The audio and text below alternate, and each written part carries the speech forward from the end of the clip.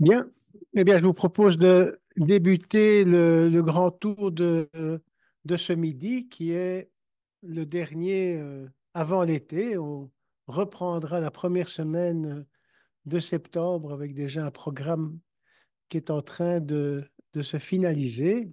Euh, Et donc, pour cette dernière, un problème quand même assez quotidien, c'est des pièges à éviter par rapport à des prises de sang que tout le monde demande au quotidien, quelles que soient les spécialités, et dont l'interprétation, si le plus souvent c'est simple, de temps en temps il y a des pièges, et donc Brigitte Velkeniers va nous aider à résoudre ces pièges. Brigitte. Merci. Bonjour à tout le monde. Donc, pour cette dernière réunion de l'année académique. Je vais vous parler en effet des tests thyroïdiens en pratique quotidienne. Alors, d'abord, j'aimerais remercier le laboratoire d'avoir coopéré pour faire cette présentation. Personnellement, je n'ai aucun conflit d'intérêt par rapport à cette présentation. Je vais commencer par une petite revue de la physiologie normale de la thyroïde. Comme vous le savez, l'iode est importé dans la cellule folliculaire de la thyroïde par le sodium iodine symporter. Elle est ensuite transférée au centre du follicule thyroïdien où l'iode va être oxydé, organifié et conjugué pour faire les hormones thyroïdiennes T4 et T3. Lorsqu'il y a un signal pour relarguer les hormones thyroïdiennes, comme par exemple une stimulation par la TSH, il y aura une endocytose de la thyroglobuline avec les hormones thyroïdiennes qui sont reliées, une protéolyse et puis un relargage au niveau sanguin. Vous voyez donc qu'il y a 4 molécules d'iode dans la T4, 3 dans la T3 et la reverse T3 est la forme inactive de la T3. Nous y reviendrons par après. Alors, la régulation de la fonction thyroïdienne se fait au départ par les neurones qui sécrètent la TRH et la sécrétion de TRH est aussi réglée par un rétrocontrôle des hormones thyroïdiennes. La TRH sera relarguée ensuite dans la vascularisation qui va vers l'antéhypophyse où elle va stimuler la TSH et la TSH va évidemment stimuler la synthèse et le relargage des hormones thyroïdiennes qui ensuite, surtout en périphérie pour la T4, vont être activées par la déiodinase et vous allez voir, il y en a plusieurs sous-types en T3 et c'est la T3 qui est l'hormone active et qui va se lier à son récepteur pour influencer la synthèse dans les organes cibles. Il y a différentes formes de déiodinase. D'abord, la déiodinase de type 2, qui est exprimée au niveau hypophysaire et au niveau central. Il y a la déiodinase de type 2, qui est aussi exprimée dans plusieurs tissus périphériques. Il faut savoir que l'hormone qui est surtout synthétisée au niveau de la thyroïde est avant tout la T4. Il n'y a que 5 microgrammes par jour de T3 qui est produite par la thyroïde. La plupart de la T3 circulante est donc le résultat de la déiodinase périphérique de type 2 avant tout, qui contribue environ à 20 microgrammes par jour de la sécrétion de T3 et la déiodinase de type 2 qui contribue environ à 5 microgrammes par jour. Et puis, il y a la déiodinase de type 3 qui va, elle, inactiver la T3 et qui est, entre autres, exprimée au niveau du placenta. C'est important pour pouvoir interpréter les tests thyroïdiens pendant la grossesse. La situation normale, vous les voyez à gauche, c'est-à-dire que lorsque vous avez une hypothyroïdie, les hormones thyroïdiennes sont basses et la TSH est élevée. En cas d'hyperthyroïdie, vous avez des hormones thyroïdiennes élevées avec une TSH basse. Alors, il y a des autres situations qui sont aussi des situations de dysthyroïdie, mais beaucoup plus rares. C'est l'hypothyroïdie centrale, où la TSH est basse et les hormones thyroïdiennes sont basses, ou encore le thyréotropinome, où vous allez avoir une sécrétion de TSH avec une augmentation des hormones thyroïdiennes périphériques. Donc, la situation normale se trouve ici au centre. Ceci, c'est ce qu'on attend en cas d'hyperthyroïdie et en cas d'hypothyroïdie clinique franche. Et puis, il y a des anomalies dans ce que l'on n'attend pas lorsqu'on demande les hormones thyroïdiennes. Alors, pour le dosage des hormones thyroïdiennes, normalement, je vois très souvent qu'on coche toutes les cases, mais il faut savoir que le remboursement se fait uniquement pour la TSH et FT4. On ne peut pas le cumuler avec la FT3, sauf si la TSH est anormale. Et pour le dosage des anticorps, normalement, on ne peut qu'en demander un à la fois. Alors, la thyroglobuline, elle est remboursée uniquement dans le cas de cancer thyroïdien avec thyroïdectomie totale et ablation par iode 131, où la thyroglobuline est remboursée. Dans les autres cas, elle ne l'est pas et une augmentation de la thyroglobuline n'est pas spécifique du cancer thyroïdien. Les méthodes de dosage qui sont employées sont actuellement l'immunoassay compétitif. Il est employé pour le dosage de FT4 et FT3 ou encore l'immunoassay appelé sandwich, comme par exemple pour le dosage de TSH.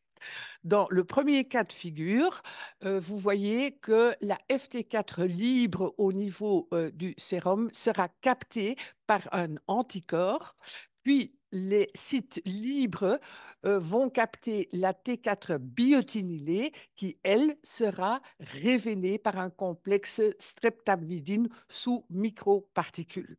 Donc, plus il y a de sites libres et donc moins de FT4, plus le signal sera élevé. Donc, nous avons une courbe. Plus donc il y a de l'immunoluminescence, moins il y a de FT4 dans le sérum qui est présent. Pour la TSH, c'est un peu différent. On a un premier anticorps qui capte la molécule et les molécules captées seront alors révélées par un anticorps marqué. Ici, nous avons, lorsque le signal augmente, une concentration de TSH qui augmente. Actuellement, nous employons ici le Roche-Cobas LX6 de troisième génération et je vous montre ici les valeurs normales, mais regardez, il y a quand même, selon l'assay qui est employé, des variations pour les valeurs normales. Donc, il est important toujours de se rapporter aux valeurs normales de votre laboratoire. Les valeurs normales ici sont illustrées pour la FT4 entre 11,9 et 21,6, pour la FT3 entre 3,1 et 6,8 et pour la TSH entre 0,27 et 4,2. Vous voyez ici qu'il y a un petit peu moins de variations au niveau du dosage du TSH, mais il existe quand même des variations interassays. Alors, ce qui est important, c'est qu'évidemment, il y a une relation log linéaire inverse entre la FT4 et la TSH.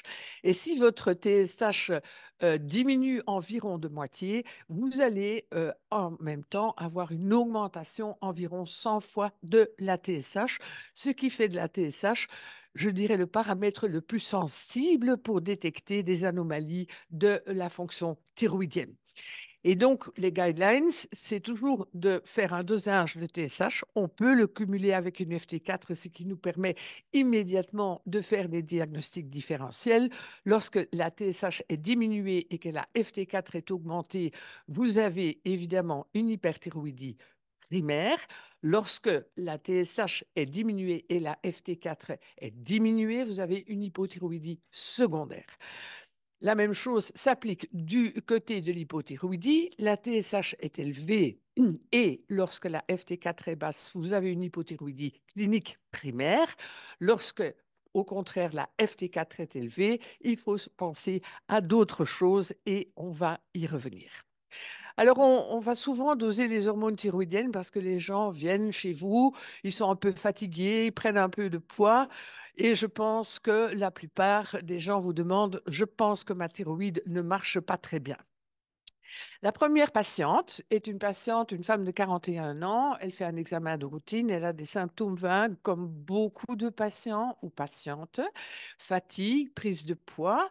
Son IMC est par ailleurs encore dans les normes 22. Elle n'a pas de thyroïde palpable. Elle a une TSH à 5,3 avec une FT4 dans les limites de la normale. Vous trouvez ici les limites du laboratoire employé dans notre institution et on voit que la TSH est augmentée. Donc, la question est, est-ce qu'on va traiter cette patiente? J'ai souvent des gens qui sont envoyés, Ouais. il y a une TSH élevée et la FT4 est normale. Alors, donc peut-être pour dire, elle est élevée, mais on va dire, elle est très modérément élevée. Elle se trouve juste au-dessus de la limite supérieure. Donc, stricto sensu, on pourrait dire qu'elle a une hypothyroïdie subclinique, mais la question posée, est-ce qu'il faut traiter à ce niveau-là? Euh, alors, qui traite? Moi, je ne traiterai pas. Ah, Moi, je ne traiterai pas. OK. et pas d'antibiotiques non plus. Alors, alors, attention, elle a des symptômes, hein. Oui, non, moi, je dirais comme Jean, j'ajouterais peut-être le fait que je contrôlerai une TSH dans quelques semaines plus tard pour voir si cette tendance est confirmée ou pas. Et si elle l'est, je donnerai 25 microgrammes d'althyroxine pour commencer. Très bien. Enfin, Merci moi, je pour crois que vos réponses. dans les recommandations, dans l'hypothyroïdie subclinique, il faut une TSH quand même plus élevée que ça pour traiter. On va y revenir, en effet. Normalement, une TSH au-dessus de 10 ou même au-dessus de 7 hein, chez des jeunes personnes, mais on va y arriver. Alors ça, je trouvais que c'était une étude quand même très, très intéressante. Elle date déjà de 2002 et où on a regardé si les références de la population s'appliquent aussi à l'individu. Et on a pris 6 hommes en bonne santé et chaque mois, on leur a fait des tests thyroïdiens. Et ce que l'on voit, c'est que d'abord, il y a entre les individus des différences qui sont quand même substantielles en ce qui concerne leur valeur individuelle, aussi bien au niveau de la T4 totale qui a été dosée ici et la TSH, et que même dans l'individu, même, on peut avoir des variations, mais qui sont moindres comparées aux variations qu'on trouve dans la population. Donc, un individu a une variation une fluctuation dans ses tests thyroïdiens qui est environ à la moitié de la fluctuation qu'on observe pour les valeurs normales données pour la population. On peut donc s'imaginer, si ce patient quitte sa propre courbe, par exemple par ici, eh bien, à ce moment-là, il peut avoir une FT4 dans les limites de la normale, mais quand même une TSH abaissée. Donc, les variations intra-individuelles, à quoi sont-elles dues? Eh bien, il y a plusieurs choses qui peuvent jouer un rôle. C'est la sécrétion pulsatile de TSH, surtout pendant la nuit, le rythme circadien que vous voyez ici avec une élévation de la TSH pendant la nuit et qui diminue pendant la journée.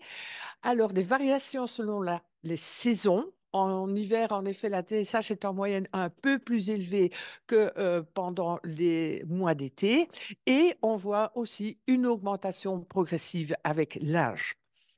Donc, il faut tenir compte du fait qu'on peut avoir des variations intra-individuelle. Maintenant, la maladie thyroïdienne subclinique, comme cette femme, elle est définie par une TSH sérique anormale, qu'elle soit supprimée ou qu'elle soit élevée, mais avec des hormones thyroïdiennes se situant dans les limites de la normale. Et en effet, la détection est souvent faite pendant des tests de dépistage, mais pas nécessairement en rapport avec la maladie du patient.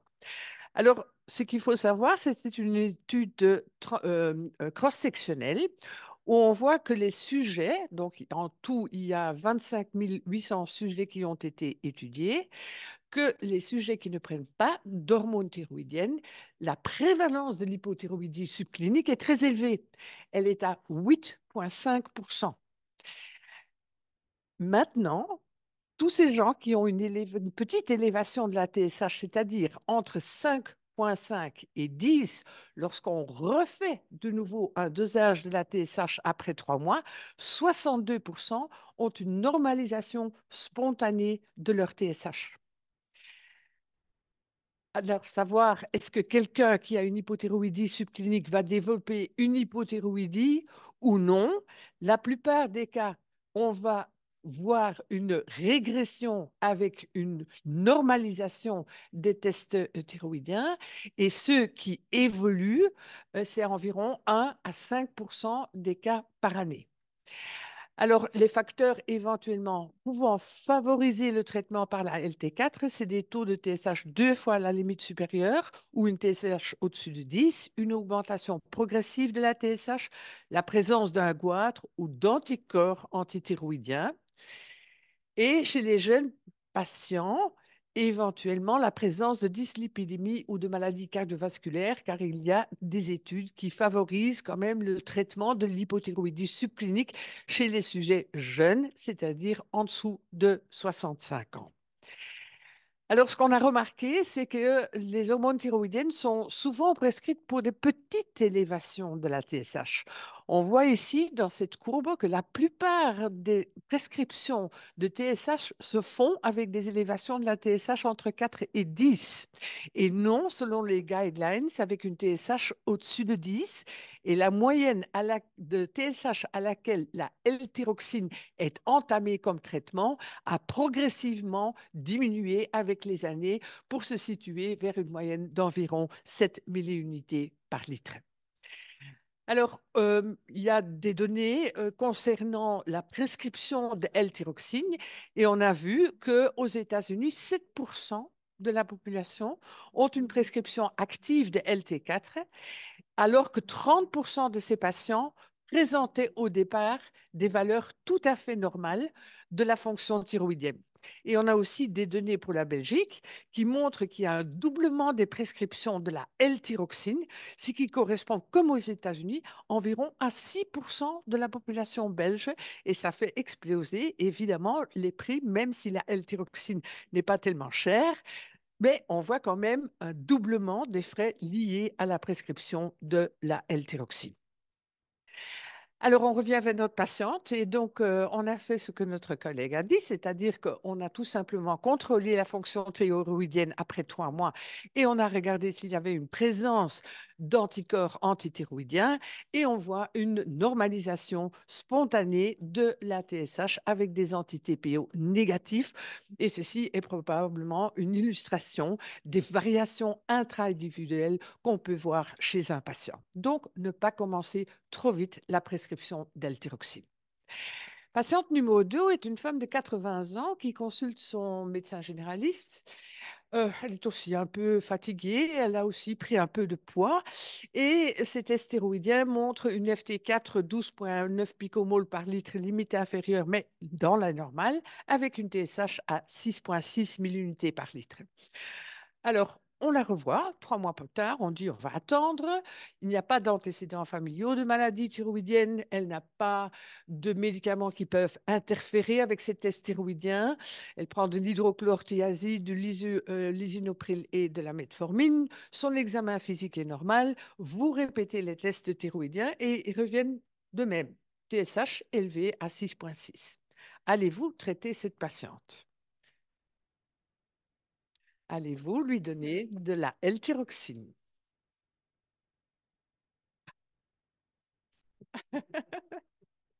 Tu voulais déjà en donner un précédent, tu vas en donner un petit peu ici. Je peux plus. Mais maintenant, la fonction cardiaque est normale parce que les œdèmes, ils viennent. Non, la patiente est bien réglée pour une hypertension et un prédiabète. Elle n'a pas de signe de décompensation cardiaque. Et elle n'a pas de thyroïde palpable. Et elle n'a pas de thyroïde palpable. L'examen physique est normal. Bon, je dirais non. Et les anti-TPO sont négatifs. Donc ici, personne ne veut donner un peu d'hormones thyroïdiennes. Dame de 80 ans, Vous êtes il très faut toujours se sage. méfier un peu des hormones thyroïdiennes à cet âge-là. Eh bien, on a vu dans différentes études de population que la TSH shift un peu vers le haut avec l'âge Et comme vous pouvez le voir, au-delà de 80 ans, la distribution dans cette étude qui a été menée aux États-Unis est franchement déplacée vers la droite, ce qui voudrait dire que les valeurs normales de la TSH à un âge avancé augmentent. On voit, ceci a été confirmé dans l'étude TIRS, où vous voyez que les valeurs de référence s'élèvent progressivement avec l'âge, bien que dans cette étude, la moyenne était comparable, alors qu'avec le NHANES, il y avait une augmentation de la moyenne de la TSH. Alors, on a vu aussi, comme pour les autres populations, les patients plus âgés, on peut avoir une normalisation spontanée de ces tests stéroïdiens. On voit ici une grosse étude qui vient d'être publiée dans le JCNM, 2335 patients au-delà de 70 ans, 2 dosages de TSH en moyenne sur un an. Et puis, ceux qui restaient avec une hypothyroïdie subclinique sont rentrés dans une étude contrôlée placebo versus L-thyroxine.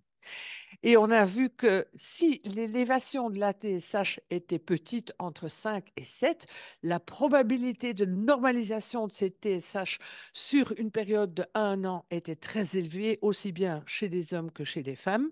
Et dans l'étude, chez les gens sous placebo, on voyait encore une normalisation spontanée de la TSH. Donc 60% des personnes âgées qui avaient une TSH élevée voient leur TSH normalisée sur une moyenne de 1 an, et encore 40% qui ont participé à l'étude placebo-controlled qui voient leur TSH en effet se normaliser. Et on regarde, on voit de nouveau la même chose. Plus la patiente est jeune, plus la TSH est élevée, moins la FT4 est élevée, et donc sont des facteurs éventuellement déterminants pour ou non la normalisation de la TSH. Alors, ce qui est important de savoir, c'est que ces vieilles personnes qui ont été traitées soit par L-thyroxine à un bras, soit par placebo de l'autre côté, eh bien, il n'y avait absolument pas de différence dans les signes de fatigue qui étaient présents chez ces personnes au départ, ce qui veut dire que très souvent, l'hypothyroïdie subclinique n'est pas responsable de la fatigue. Alors, la patiente 52 ans, envoyée par médecin traitant pour une hypothyroïdie. Alors, elle a eu une pneumonie à SARS-CoV-2. Elle présente une obésité, un syndrome d'apnée du sommeil, une dyslipidémie. Et à l'examen physique, la patiente a un IMC à 45,4. TSH, 6 000 unités par litre, donc au-dessus des normes. FT4, 13 picomoles par litre, anti-TPO négatif. Est-ce que vous allez traiter ce patient est obèse? Est-ce qu'on peut s'attendre à ce que le traitement chez ce patient va l'aider à perdre du poids?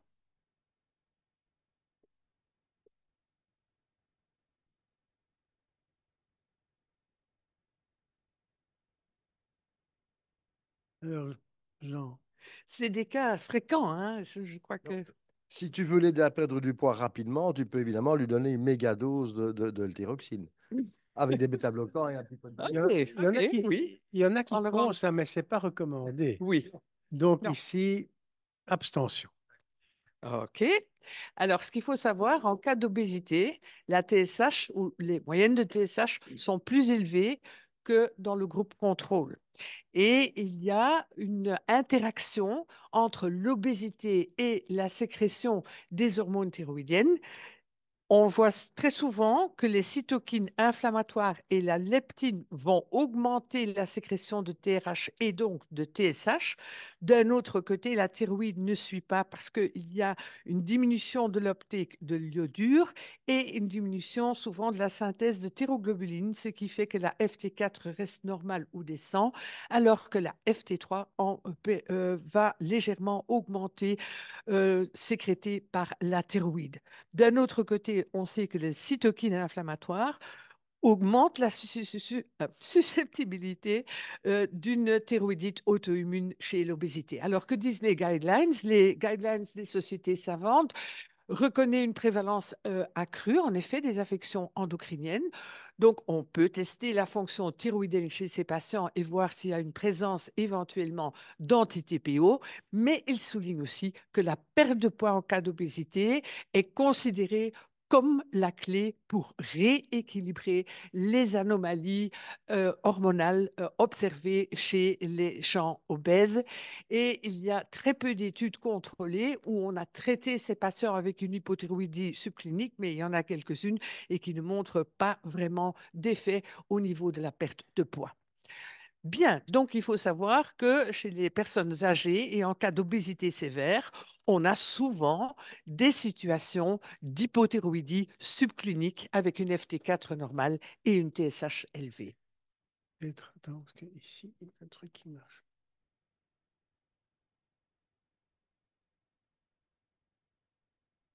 Il y a un problème? Ouais, Lequel? la caméra ne bouge plus. Ah, ok. Peut-être pour le dernier, le dernier exemple que tu citais, je pense qu'il faut vraiment bien expliquer à la patiente Absolument. la raison pour laquelle il ne faut pas lui donner. Parce qu'elle va probablement trouver un certain nombre de médecins qui prescriront des hormones thyroïdiennes dans ces Absolument. situations-là. Donc, il faut vraiment, y compris expliquer les dangers, enfin d'avoir quand même une pédagogie importante, quoi. Ouais. Tout à fait. Alors, la patiente numéro 4 est une femme de 25 ans. Elle est vue par son obstétricien pour un contrôle de routine à 32 semaines de grossesse. Elle se plaint de fatigue, mais bon, elle est 32 semaines de constipation et les tests thyroïdiens montrent une FT4 effondrée, 9 picomoles, enfin effondrée, en dessous des normes, avec une TSH tout à fait normale. Et puis, c'est une histoire vraie. On demande une IRM de l'hypophyse et on vous adresse cette patiente parce qu'on pense qu'il y a une hypothyroïdie centrale. TSH basse, FT4 basse. Alors, j'aimerais remercier, je pense que Daniel est là. Donc ça, c'est l'étude Princeps qui avait été publiée en 1990 sur la régulation des hormones thyroïdiennes pendant la grossesse, où Daniel explique bien l'évolution des tests thyroïdiens. Dans le premier trimestre, avec l'augmentation de l'HCG, il y a une augmentation de la FT4 alors que la TSH va s'abaisser. C'est une situation physiologique du premier trimestre. Pendant le deuxième et le troisième trimestre, la T4 totale et la TBG restent élevées, mais comme la TBG est augmentée, la FT4, elle, va s'abaisser et souvent, la FT4 est beaucoup plus basse que la FT4 au départ de la grossesse. Alors, on sait que, évidemment, le fœtus est dépendant des hormones thyroïdiennes de sa mère, qu'il y a une dégradation accrue de T4 par la déiodinase de type 3 au niveau placentaire et une augmentation de la clearance de l'iode qui vont contribuer à cette diminution de la FT4.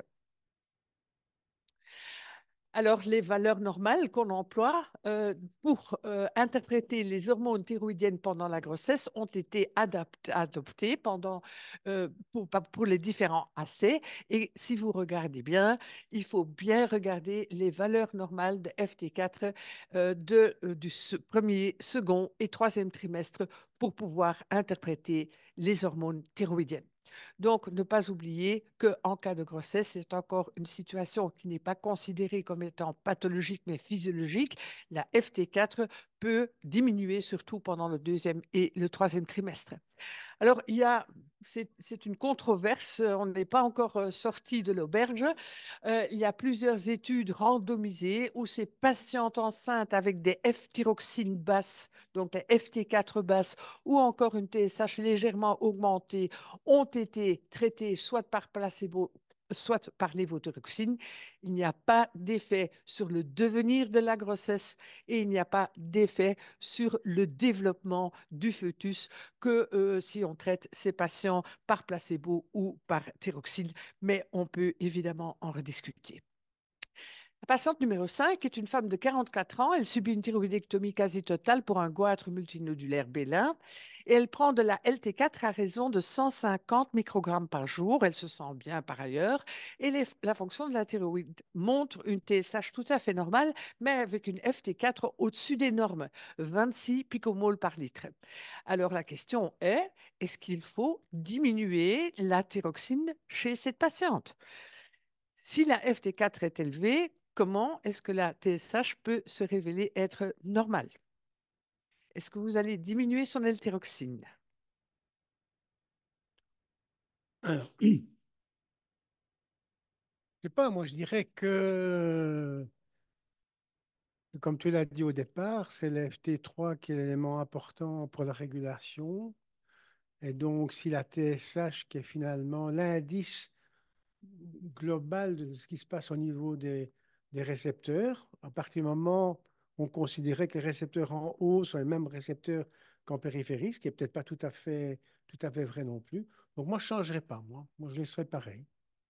Et peut-être de refaire un dosage de FT3 et de reverse T3 qui pourrait donner Oui. des explications complémentaires. Alors, après des thyroïdectomies totales, on a vu en effet des changements dans la déiodination qui peuvent expliquer pourquoi il faut avoir une FT4 plus élevée pour avoir une TSH comparable à celle au départ.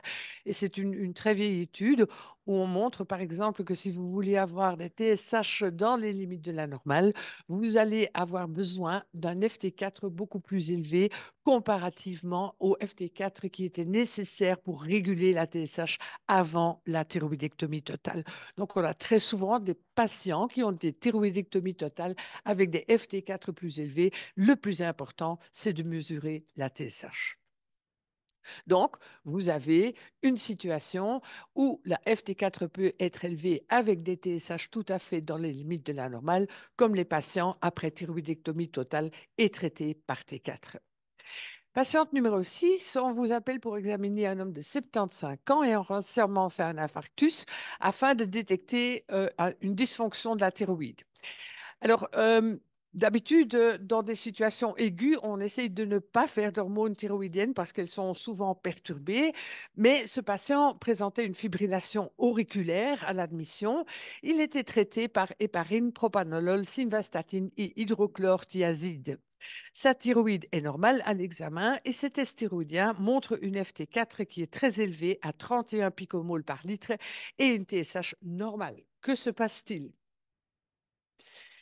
Eh bien, l'héparine peut interférer avec le dosage de la FT4 et si vous hésitez, vous appelez M. Tazi qui va vous aider dans le diagnostic différentiel. L'héparine, en effet, peut provoquer une fausse élévation de la FT4 et de la FT3 parce qu'elle déplace les hormones thyroïdiennes des protéines de liaison. Et ceci est probablement dû à la génération d'acides gras qui déplacent les hormones thyroïdiennes de l'albumine. Et c'est un effet qui pourrait éventuellement se poursuivre in vitro. Donc, un retard de la mesure est à éviter dans ces conditions-là. Alors, médicaments et thyroïde et fonctions thyroïdiennes, les déplacements peuvent aussi se faire avec d'autres médicaments, par exemple la furosémide ou encore les salicylates dans des doses très élevées, comme par exemple 250 mg de furosémide. Et puis, il y a évidemment aussi plein d'autres médicaments qui peuvent avoir un effet sur la fonction thyroïdienne. Patiente numéro 7, Madame X se présente à la consultation du professeur Ferry le 13 du 10 2022 pour un avis à propos de ces tests thyroïdiens qui montrent un taux de TSH normal, mais un taux de T4 libre très élevé. Devant cette dissociation, la première chose que Françoise fait, c'est demander un contrôle de sa fonction thyroïdienne au Chirec et les résultats confirment ces anomalies thyroïdiennes. Comme toujours, le professeur Ferry fait une belle anamnèse et il est intéressant de noter que sa mère présente exactement les mêmes anomalies. Elle va procéder. Ceci sont les tests que nous avons. Une FT4 à 35,7, une TSH normale, une T3 libre normale et l'absence d'anticorps qui stimulent le récepteur de la TSH. eh bien, le professeur Ferry demande un examen NGS, une analyse génétique, qui prouve la présence du variant à l'état hétérozygote dans le gène de l'albumine. Cette patiente a donc une hyperthyroxinémie dysalbuminémique et cette maladie héréditaire est quand même relativement fréquente, 1 sur 10 000 chez les Caucasiens et dans certaines populations hispaniques, même 1 sur 100. Et donc, comme il y a une modification de l'affinité de la liaison des hormones thyroïdiennes, il y a une élévation artefactuelle des mesures de FT4 et moins de la FT3. Alors, les hormones thyroïdiennes peuvent donc être augmentées avec une TSH normale dans cette dysalbuminémie familiale, aussi dans des mutations de la transthyrétine, mais ça, c'est nettement moins fréquent. Et il y a des situations de vraie hyperthyroïdie comme des thyréotropinomes ou encore les résistances aux hormones thyroïdiennes où les patients sont moins hyperthyroïdiens, évidemment, mais ils peuvent avoir une tachycardie. Je ne vais pas aller plus loin dans ce diagnostic différentiel.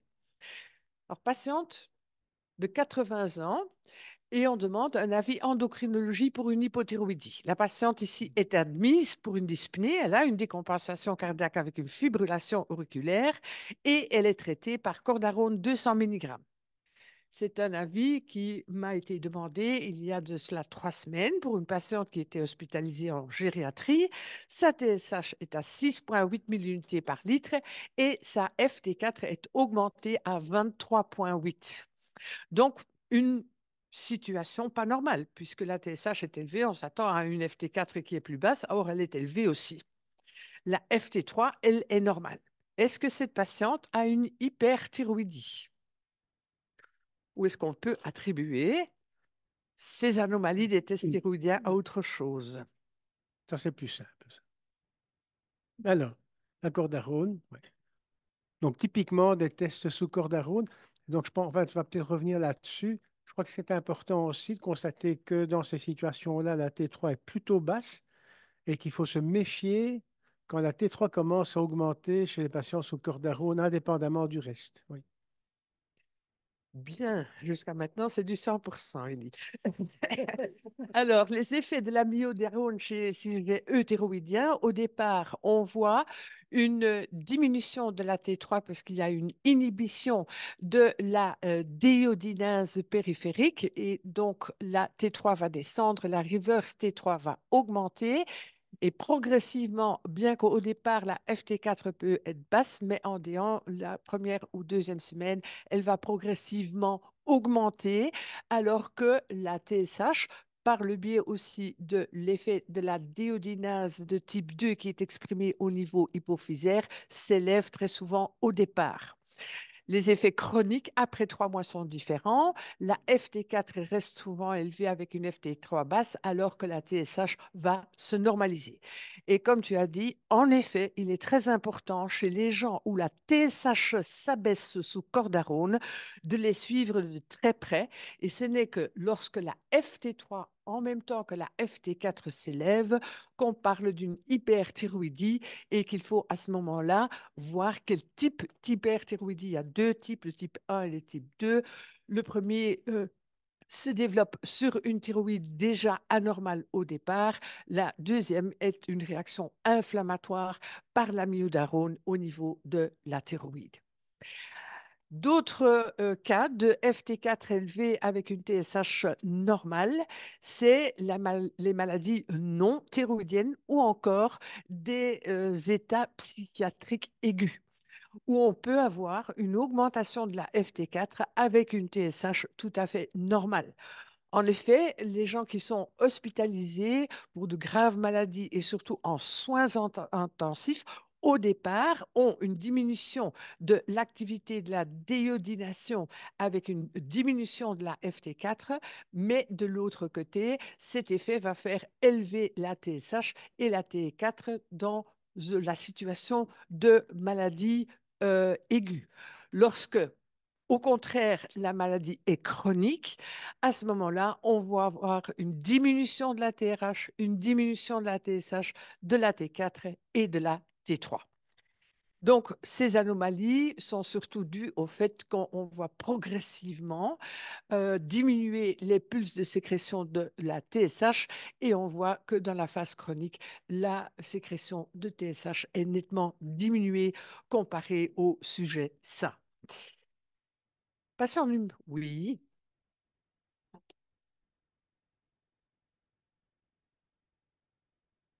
Il y a une remarque dans le chat pour le cas numéro 5. oui. C'était la personne aurait demandé si elle avait pris sa thyroxine les heures avant le prélèvement sanguin. Pardon? La question, c'est de demander à la patiente si elle avait pris sa thyroxine les heures avant le prélèvement sanguin. Oui. Demander Donc, le alors, moment de la prise de sang par oui. rapport à la prise Alors, de ça, thyroxine. c'est évidemment important. Normalement, les gens qui sont sous L-thyroxine, il faut faire leur dosage de FT4 et de TSH entre 8 et 10 heures du matin et sans la prise préalable de L-thyroxine. On sait en effet que si on le fait après la prise d'L-thyroxine, on peut avoir un pic de FT4 et qui va se normaliser par la suite. Néanmoins, si la patiente n'avait pas pris son L-thyroxine, on a souvent une FT4 qui est quand même beaucoup plus élevée après thyroïdectomie totale pour normalisation de la TSH. Alors, le patient numéro 9 est un homme de 36 ans, d'hypothyroïdie diagnostiquée il y a 4 ans. Il a commencé à prendre 50 microgrammes d'L-thyroxine par jour, mais la TSH reste élevée à 30. On augmente progressivement sa dose à 200 et puis à 275, avec à ce moment-là apparition de palpitations, d'insomnie et de dyspnée à l'effort. Les tests thyroïdiens sous 275 microgrammes montrent une FT4 élevée à 30 et une TSH à 36,2. Le patient ne prend pas d'autres médicaments. Que proposez-vous? Faut-il encore augmenter la dose d'L-thyroxine de ce patient ou faut-il penser à autre chose et allez-vous prendre contact avec M. Tazi pour voir ce qui se passe? Attends, et son hypothyroïdie, au moment du diagnostic, il avait vraiment une hypothyroïdie. Il avait une TSH qui était très élevée. OK. Donc, il avait Mais- un tableau un peu semblable et on a considéré qu'il avait une hypothyroïdie. C'est exact. Il avait des manifestations d'hypothyroïdie? Non. OK. Je- Pardon, attends. C'est initial, mais la T4 était aussi élevée Non, ou la basse? T4 était normale au départ. Normal. Oui, elle est élevée sous L-thyroxine, mais elle était normale au départ. Écoute, je me souviens pas où il y a une interaction, ou je me souviens plus de tous les syndromes, les différents types de syndromes de Refetov avec des résistances. Tu penses éventuellement à une résistance? OK, ça pourrait donner un tableau, bien que la TSH est quand même relativement élevée Ouais. ici. Et le patient a des signes d'hyperthyroïdie, donc ça pourrait être un thyréotropinome éventuellement aussi. Eh bien, antécédents familiaux d'hypothyroïdie chez le père et la tante maternelle. Chez ce patient, 2 fils en signe de dysfonction thyroïdienne, IRM de l'hypophyse normale, parce qu'on pensait à la possibilité d'un thyréotropinome, et on commence à diminuer sa dose d'L-thyroxine parce qu'il a franchement des signes d'hyperthyroïdie. Et ce qu'on va faire, donc ce patient, en effet, le voici, taille et consistance de la thyroïde normale, des tremblements au repos avec une peau humide et toujours une TSH à 37 milliunités par litre avec une FT4 qui est progressivement en train de descendre. Les anticorps stimulants sont négatifs, facteur rhumatoïde négatif. Eh bien, nous allons faire appel au laboratoire parce qu'il y a quelque chose qui cloche chez ce patient. Et c'était encore l'ancien dosage, hein. Maintenant, on a des nouveaux dosages, mais je vais y revenir. Et on a demandé de diluer, pour voir combien de TSH on avait avec des dilutions sériques. Mais on a aussi demandé de faire le dosage dans un autre laboratoire parce qu'il peut y avoir des interférences, en effet, dans le dosage et la TSH dosée avec une technique différente montrait une TSH tout à fait supprimée. Donc, ce patient était hyperthyroïdien sous L-thyroxine. L'interférence dans lacet est causée en effet par des interactions avec une ou plusieurs étapes de l'immunodosage. Il a été revu dans cette belle publication en 2021 et on voit ici que la présence d'anticorps hétérophiles dans le sérum peuvent interférer dans le dosage de la TSH puisqu'il va lier le premier et le deuxième anticorps sans présence de TSH, donnant une fausse élévation de la TSH. On peut aussi avoir des anticorps hétérophiles qui interfèrent et qui diminuent le dosage de la TSH. Donc, les altérations typiques de la TSH ou les interférences sont les anticorps hétérophiles, des IgG de souris ou d'autres anticorps. Ils peuvent entraîner surtout une fausse élévation de la TSH et c'est vrai que les nouveaux essais, et donc celui qu'on emploie maintenant, il y a moins d'interférences parce qu'on absorbe les anticorps anti-IgG, ce qui réduit évidemment la source d'interférence, mais sans tout à fait l'éliminer. Une autre possibilité, c'est une macro-TSH. On connaît bien la macroprolactinémie, hein. C'est donc des agglomérats de TSH et de IgG qui restent en intravasculaire et qui n'ont aucune activité au niveau qui ne provoquent pas d'hyperthyroïdie. Le Oui. patient, il avait un facteur rhumatoïde élevé? Non, non, Parce non. qu'avec des anticorps, anti-anticorps, Oui, on aurait c'est pu exact. éventuellement imaginer Donc, qu'il le a... facteur de rhumatoïde, Ouais, lorsqu'il est très, très élevé, au-dessus de 1200, ouais, peut causer des ouais. interférences dans les AC. Oui. Thyroxine est arrêtée et après 6 semaines, on voit toujours une TSH à 43 avec le Roche Alexis, mais c'était celui de deuxième génération et il est normal dans l'AC Siemens Vista qui emploie une autre technique. Donc, il peut y avoir des fausses élévations de TSH lorsqu'il y a une macro-TSH ou des anticorps hétérophiles. Et alors, le dernier patient, c'est un patient de 38 ans qui consulte en raison d'une TSH supprimée et d'un taux élevé de FT3 et de FT4, et les TSI sont négatifs. L'échographie et la scintigraphie négatives. Le patient est un bodybuilder, il prend plein de suppléments, des protéines, des vitamines, il n'a aucun symptôme d'hyperthyroïdie. Eh bien, ici, il faut songer à l'interférence avec la biotine qui est employée aussi bien dans la méthode Sandwich pour la mesure de TSH ou dans l'immunostat compétitif pour les hormones thyroïdiennes. Et il peut à ce moment-là y avoir une interférence avec l'anticorps biotinylé qui va être révélé par les anticorps anti-streptavidine.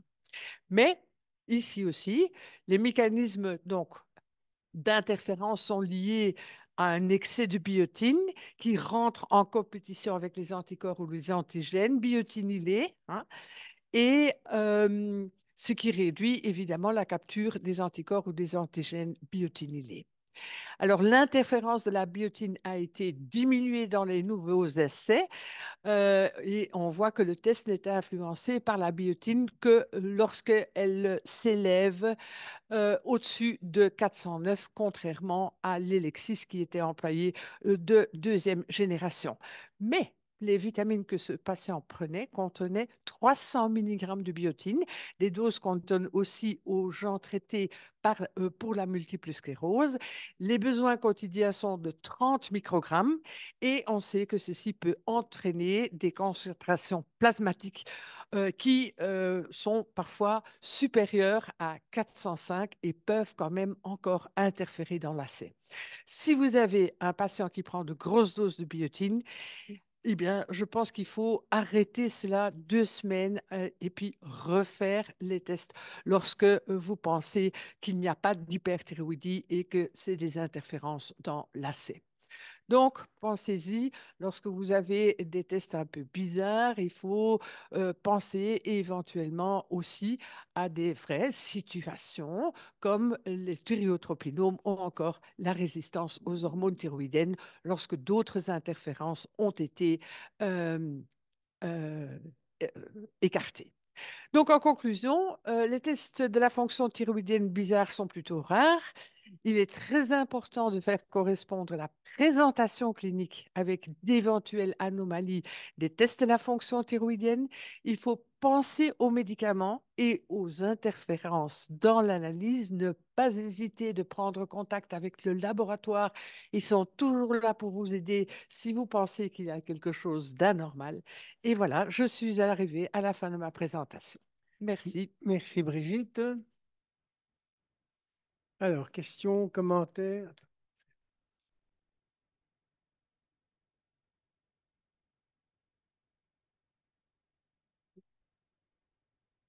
Questions, commentaires. Ah, Dominique. Une toute petite question, et je m'excuse d'être arrivée en retard, mais tu as dit que les héparines perturbaient le T3, T4, si j'ai bien entendu. Déplace les hormones thyroïdiennes des sites de liaison de l'albumine. Mais donc, ça perturbe les dosages. Ça perturbe les Parce qu'on dosages. donne quand même beaucoup d'anticoagulants. Et c'est toutes les héparines ou Oui, c'est- on peut voir ça aussi, mais il faut quand même des grosses doses d'héparine, mais on peut voir ça avec les héparines fractionnées. Mais Et d'habitude, comment on corrige si on voit eh une bien, anomalie? si on voit des tests anormaux et que le patient est sous héparine, il faut penser à cette éventualité et prendre contact avec le laboratoire à ce moment-là. Ne pas laisser le sérum trop longtemps avant de procéder parce que c'est aussi un effet pré-analytique où il y a ce déplacement qui se fait par les acides gras libres libérés par la lipoprotéine lipase. Je voulais revenir au cas de cette dame qui a eu une thyroïdectomie avec 150 microgrammes d'altéroxine.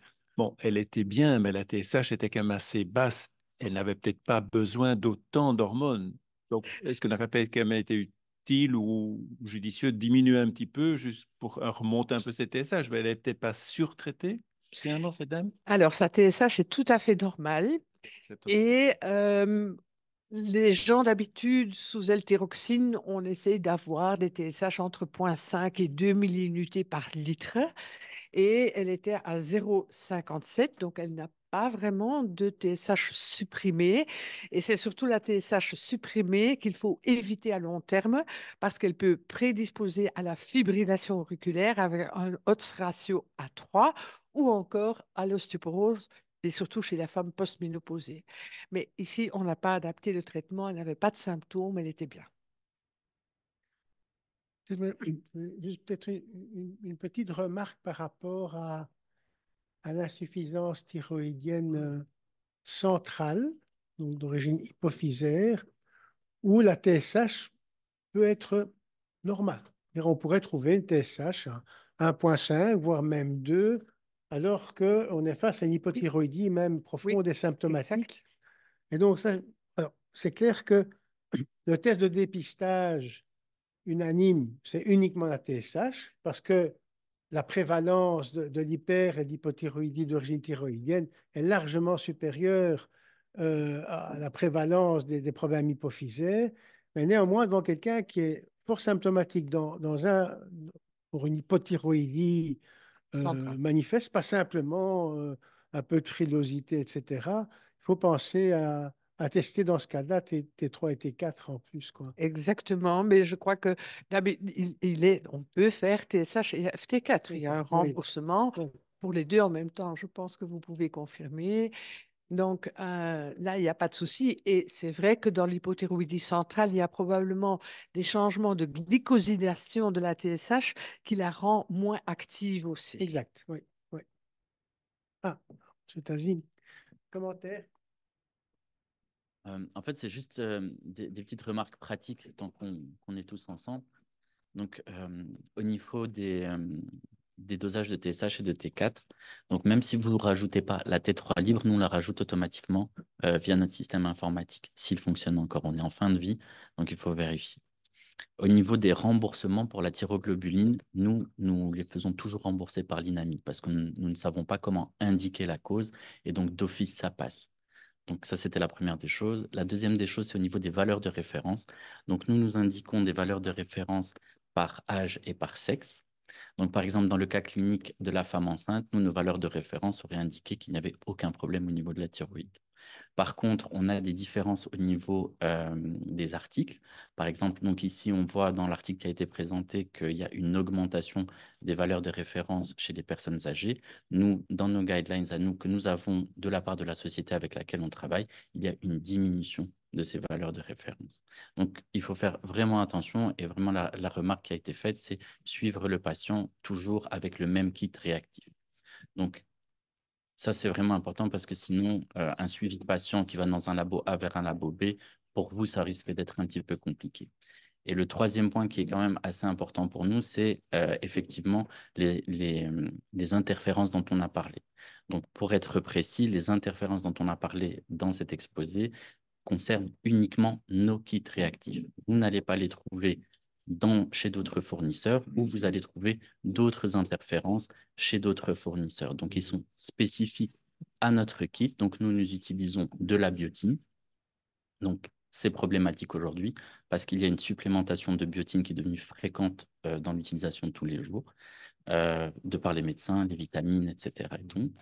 Et le deuxième point, c'est vraiment de se rappeler que malgré ça, donc nous travaillons avec des kits qui ont été mis à jour assez récemment, il y a moins d'un an, et donc les niveaux de tolérance par rapport à la biotine ont été fortement augmentés. En fait, ils ont tout simplement rajouté une quantité astronomique d'anticorps antibiotine pour les bloquer. Et donc, ça fonctionne beaucoup mieux. Malgré ça, il faut rester quand même assez vigilant. Et au niveau des autres types d'interférences qui peuvent intervenir, donc les anticorps anti-souris, anti-moutons, facteurs rhumatoïdes, etc., eux, par contre, vous allez les trouver au niveau de tous les autres fournisseurs, même s'ils utilisent comment on appelle ça, des chimères euh, pour ces types d'anticorps, vous risquez également d'en trouver. Mais tous les kits euh, avec lesquels nous travaillons ou les autres fournisseurs prennent des mesures contre ce type d'interférence. C'est quasi obligatoire parce que sinon, ça ne fonctionnerait pas. Donc, voilà. Merci pour ces commentaires. Ça aurait été aussi intéressant d'avoir, d'un point de vue labo, de voir l'évolution au cours de ces 30 dernières années de l'évaluation des tests thyroïdiens. À l'époque, la T4 libre était calculée. On n'avait pas un dosage direct de T4 libre et de T3 libre. Donc, ça a été quand même un apport important dans l'interprétation des résultats par rapport aux tests d'il y a une trentaine d'années, quoi. Il y a beaucoup d'efforts qui ont été faits en technique froide, en fait. Donc, il y avait beaucoup de tests qui se faisaient avant en ERIA. Encore la RT3, jusqu'à il y a très peu, se faisait encore en ERIA. Maintenant, on vient de changer, enfin, notre sous-traitant vient de changer, il vient de la faire en technique froide. Avant, elle se faisait en ERIA. Et donc, ça devient beaucoup plus facile et la qualité de la production des anticorps s'est fortement améliorée ces 30 dernières années. Et donc, les progrès ont été quand même assez importants, effectivement. Les réponses sont plus rapides, évidemment, par la nouvelle technique. REA était fastidieux quand même. Hein. Oui. Dans le chat, donc, la TSH est influencée par la metformine. Si on trouve une TSH abaissée, faut-il adapter le traitement? Non, non, non. Il n'y a pas d'interférence avec la metformine. OK. Bien. Je pense qu'on on a fait on a fait le tour. Bon, il y a toujours des cas de chasse complémentaires, mais je pense que la remarque générale, c'est de penser effectivement, malgré tout, quand il y a une discordance avec soit le traitement, soit la clinique, de penser qu'il pourrait y avoir autre chose avec un piège caché. Et comme tu l'as dit, de contacter le labo en disant, ben voilà, il y a quelque chose qu'on ne comprend pas. Attends. Ce type de piège, ce n'est pas uniquement avec la TSH. Les méthodes que l'on utilise, biotine, ruthénium, sont utilisées pour quasi l'ensemble des tests immunos que nous réalisons sur nos automates. Donc, il faut être vigilant également avec d'autres hormones. Ce n'est pas juste uniquement la TSH. Oui, Élie, je voudrais ajouter quelque chose. Effectivement, nous, au sein de Chirec, on essaye d'avoir le maximum de qualité. Et donc, c'est important, effectivement, comme Yacine l'a signalé, de faire les examens, le suivi dans le même laboratoire. OK. Donc, voilà. Eh bien, ça sera le mot de la fin. Je vous souhaite un excellent été et à bientôt en septembre.